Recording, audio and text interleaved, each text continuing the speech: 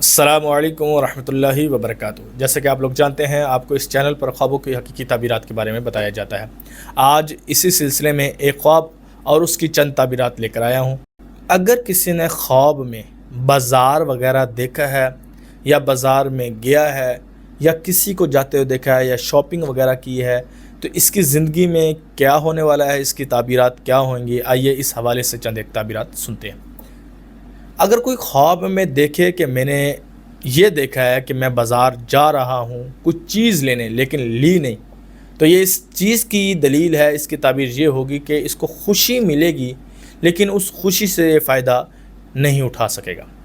اچھا، اگر کوئی دیکھتا ہے کہ وہ بازار گیا ہے اور اس میں مرد و عورت کا ہجوم ہے اور یہ ہجوم میں پھنس گیا ہے یا کوئی چیز لے نہ پایا، تو اس کا مطلب ہے کہ یہ کسی مصیبت میں پھنسے گا لیکن اس مصیبت سے تھوڑی دیر بعد یا تھوڑے وقت سے عرصے بعد نکل بھی جائے گا۔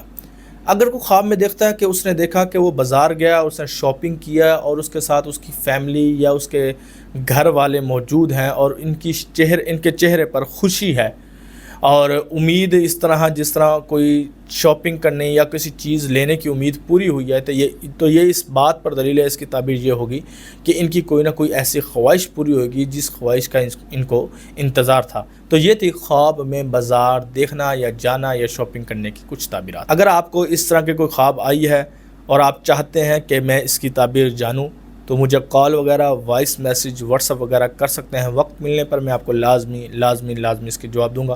شکریہ۔ السلام علیکم ورحمۃ اللہ وبرکاتہ۔